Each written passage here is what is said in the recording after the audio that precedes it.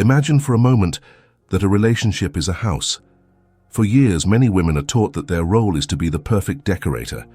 She enters the house of a man's life and begins her tireless work. She studies his tastes, learns his favorite colors, and arranges the furniture of her own personality to match his comfort. She adds warmth with her affection, brings light with her cheerfulness, and ensures every room is pleasing to his eye. She works endlessly, hoping that if she makes the space beautiful enough, he will eventually invite her to stay forever. But the decorator lives with a quiet, constant anxiety. She knows on a soul level that no matter how perfect her decorations are, she does not own the house. She is living in a space that is not hers, and the owner can decide to redecorate or sell the house entirely at any moment without warning. Her position is conditional, her value tied to her performance, and her efforts, no matter how immense, are ultimately superficial. But there is another woman. She is not a decorator in someone else's home. She is the architect of her own. She is not concerned with throw pillows and paint colors. She is busy with blueprints. She is laying solid foundations of self-worth, erecting strong walls of personal boundaries, and designing a magnificent sovereign structure called her own life. Her focus is not on making a temporary space pleasing for a visitor. Her focus is on building a sanctuary so solid, so beautiful, and so true to her own soul that it is a masterpiece in its own right. This is the profound difference in the energy of the high-value woman. And this is the secret that this video will reveal. A man of substance is not looking for a temporary decorator. He is searching for a solid home. He is drawn not to the woman who can best arrange her life to please him, but to the one whose life is a magnificent structure he is in awe of. This video will reveal the 5 foundational principles, the 5 architectural laws that the high-value woman lives by. These are not decorating tips. They are the core principles she uses to build her own inner and outer world. The very principles that make her presence so solid, so secure, and so magnetic that a man does not just want to visit. He wants to move in, co-sign the deed, and build a future within the strong, beautiful walls she first built for herself. Before we explore the 5 specific things that a high-value woman does, we must first understand the one foundational way that she thinks. For her actions are not a collection of learned techniques. They are the natural, effortless overflow of a single, profound, and unshakable core belief. This is her operating system. It is the source code from which all her magnetic behavior is generated. That foundational mindset is this: she and the beautiful life she has built are the prize. A good man is a wonderful, cherished, and exhilarating bonus. Let us deconstruct the immense power of this distinction.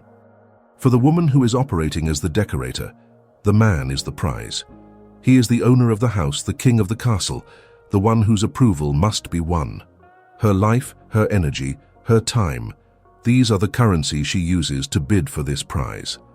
In this dynamic, she is in a constant state of deficit. Her entire emotional economy is based on the hope of an external acquisition. This creates a relentless energy of neediness and scarcity. She is unconsciously auditing his every move, checking his level of investment, calculating her own worth based on the attention he gives her.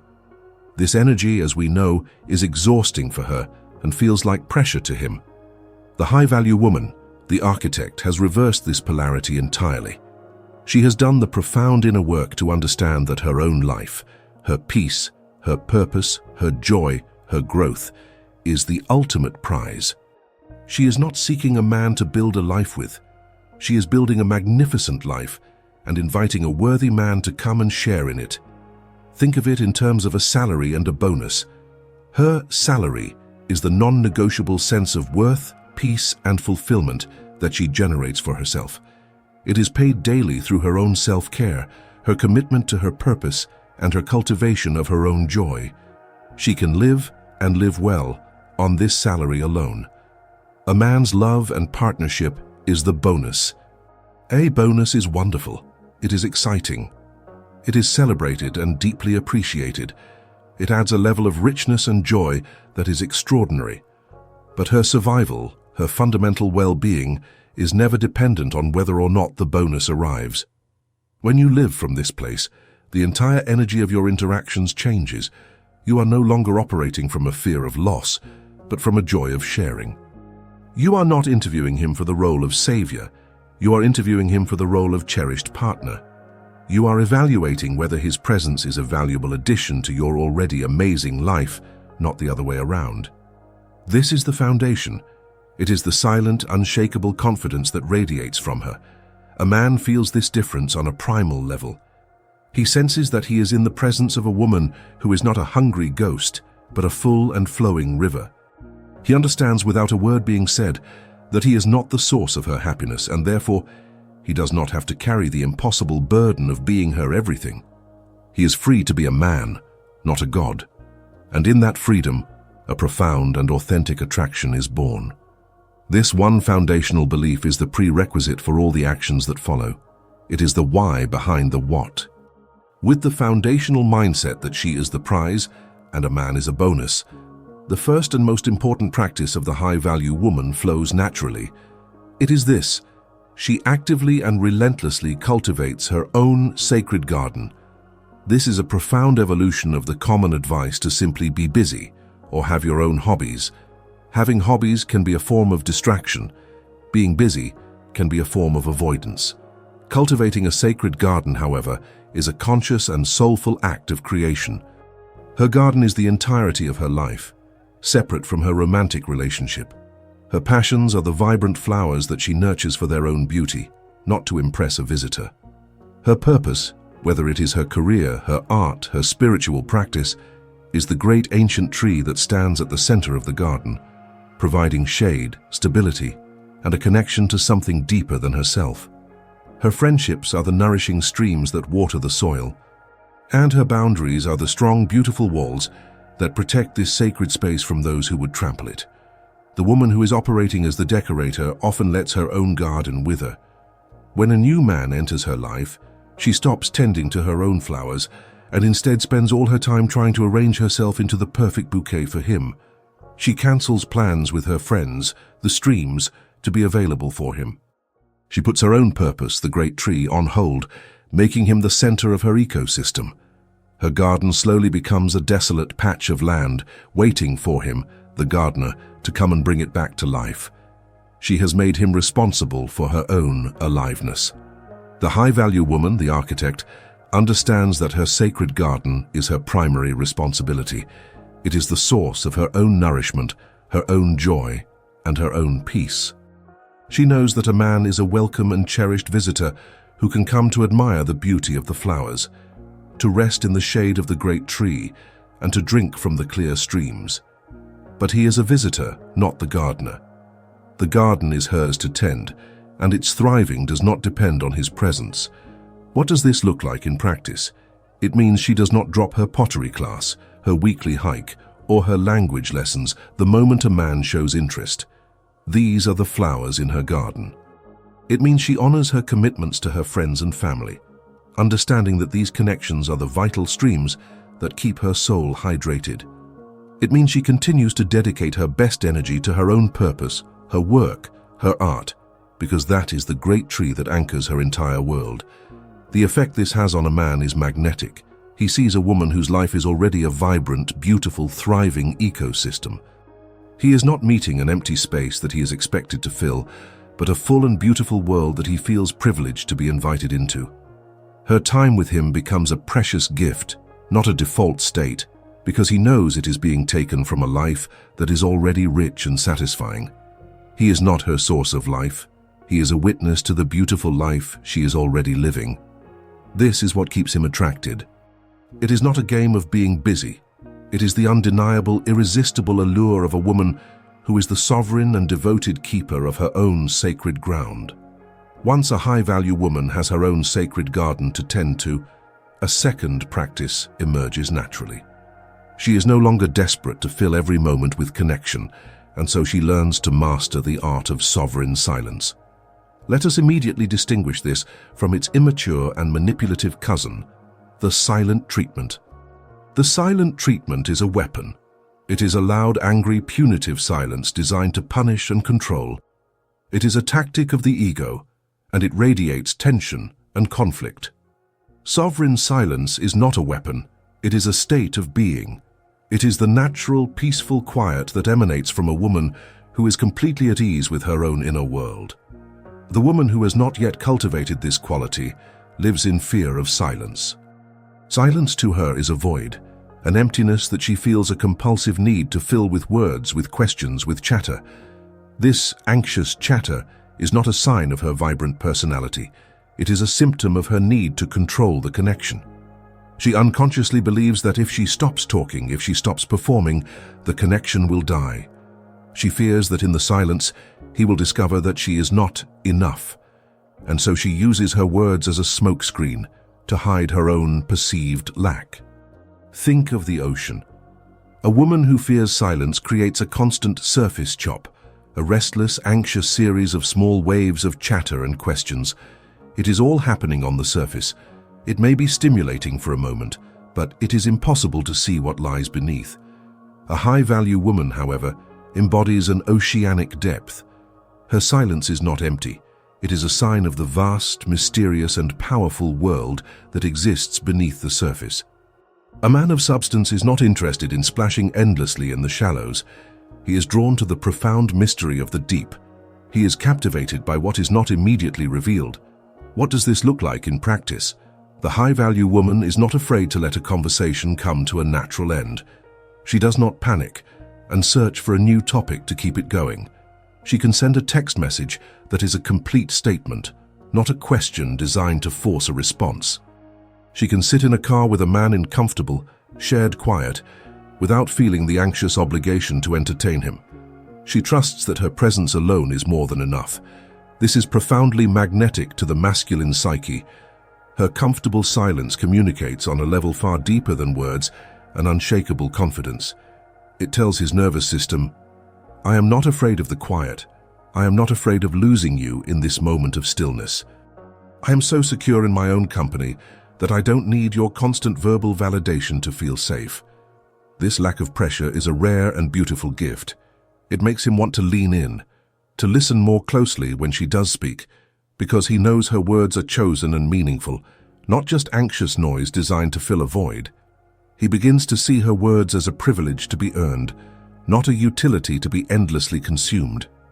A woman who has cultivated her own garden and is comfortable in her own silence develops another profound quality. She trusts her own truth. And because she trusts her own truth, she is not afraid to speak it.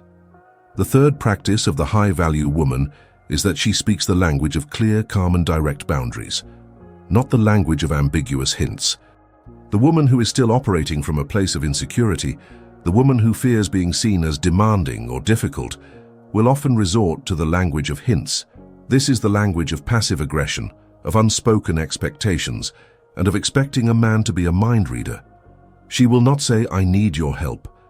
She will sigh loudly while washing the dishes, hoping he gets the message. She will not say, I need a quiet night in.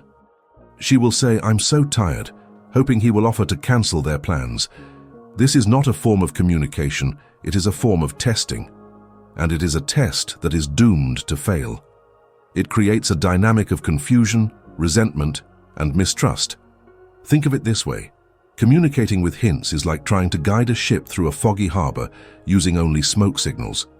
The signals are vague, easily misinterpreted, and create a profound sense of anxiety for the captain who is trying to navigate them. He is terrified of hitting a rock, of making the wrong move, and he will eventually grow tired of the exhausting and dangerous guesswork. The high-value woman, the sovereign woman, does not use smoke signals. She is a lighthouse. Her light is clear, steady, and unambiguous. She speaks the language of our sovereign statement.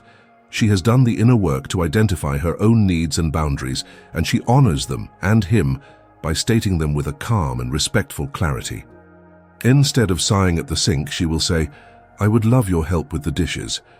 Instead of hinting at her exhaustion, she will say, I've had a long week and I need a quiet evening alone to recharge. Let's reschedule for a time when I can be fully present with you.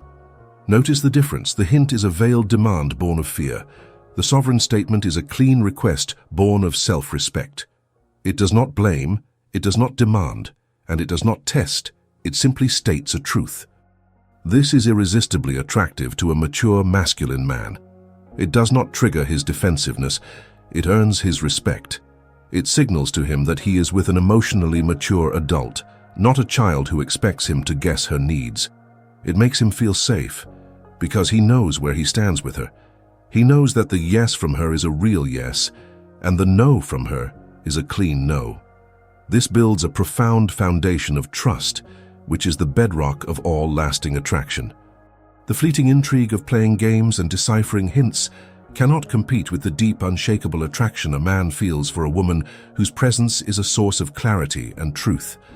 A woman who has cultivated her garden and speaks her truth from a place of sovereign silence has access to another higher level of wisdom. She understands a secret that eludes so many who are caught in the battlefield of relationships. The fourth practice of the high-value woman is this. She consistently prioritizes her own inner peace over the ego's desperate need to be right. A woman operating from her wounds, from the insecure energy of the decorator, often believes that love is a debate to be won. When a disagreement arises, her ego takes the stage. She feels a compulsive need to prove her point, to present her evidence, to win the argument, to force him to concede, "You were right." She believes that being right will validate her, make her feel secure and earn his respect. But it has the exact opposite effect. This need to be right turns a conversation into a competition, a partnership, into a power struggle. It creates a dynamic where there must be a winner and a loser. And in a relationship, when one person wins an argument, the connection itself always loses. Think of a pointless argument as a storm. The woman who is addicted to the drama, who needs to be right, is the one who runs out into the middle of the storm, screaming at the thunder, trying to argue with the rain.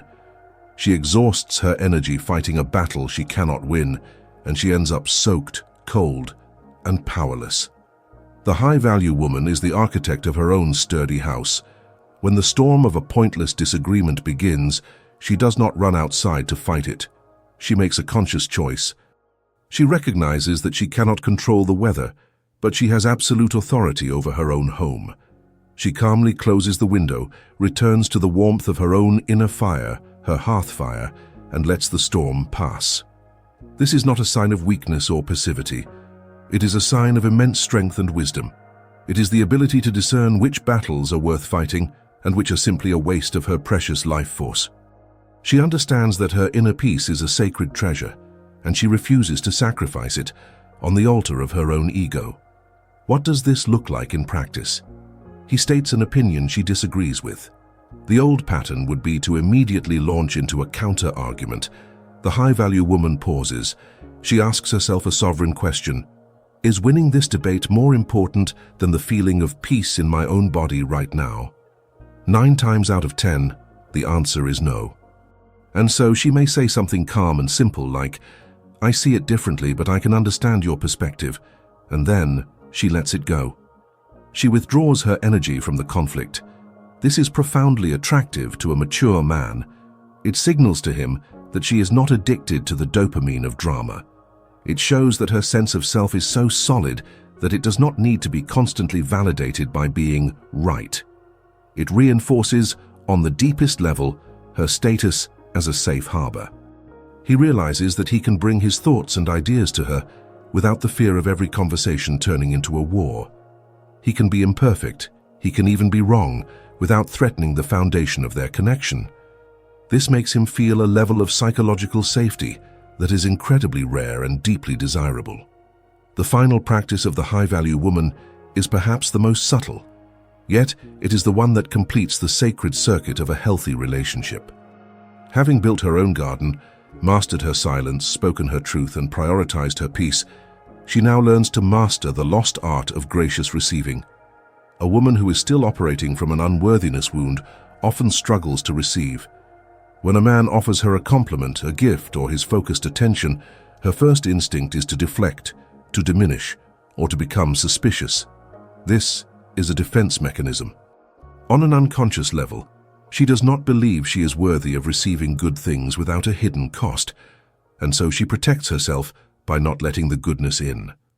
If he says, "You look beautiful tonight," she might reply with, "Oh, this old thing.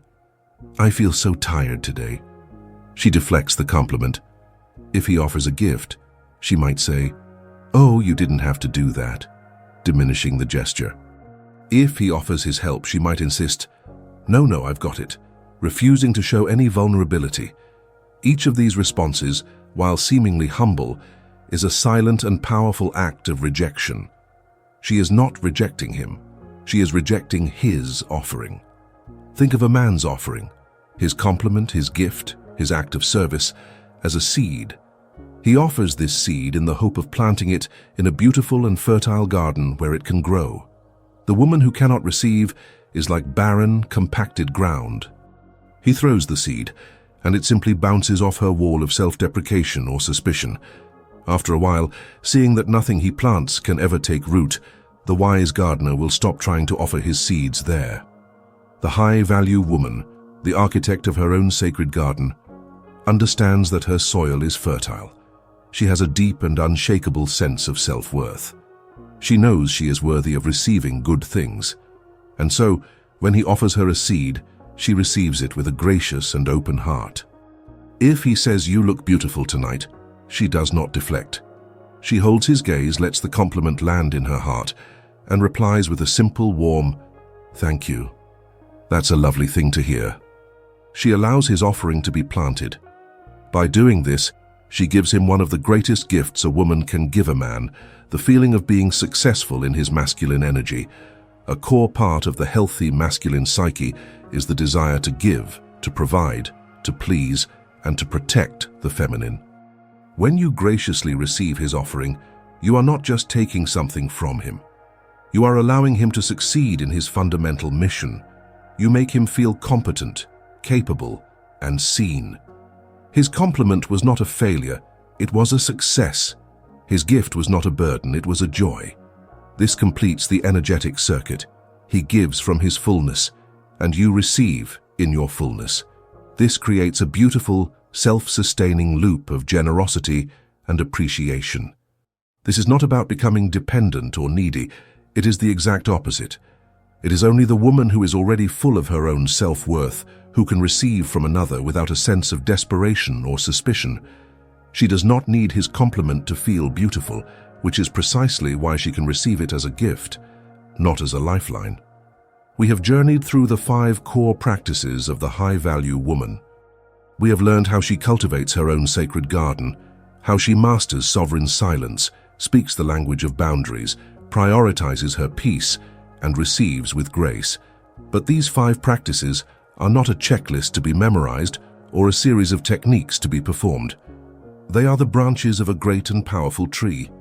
And now we must look to the root from which they all grow. The 5 things a high-value woman does are all the natural symptoms of one foundational, unshakable truth that she is. It is the one principle that underpins everything else.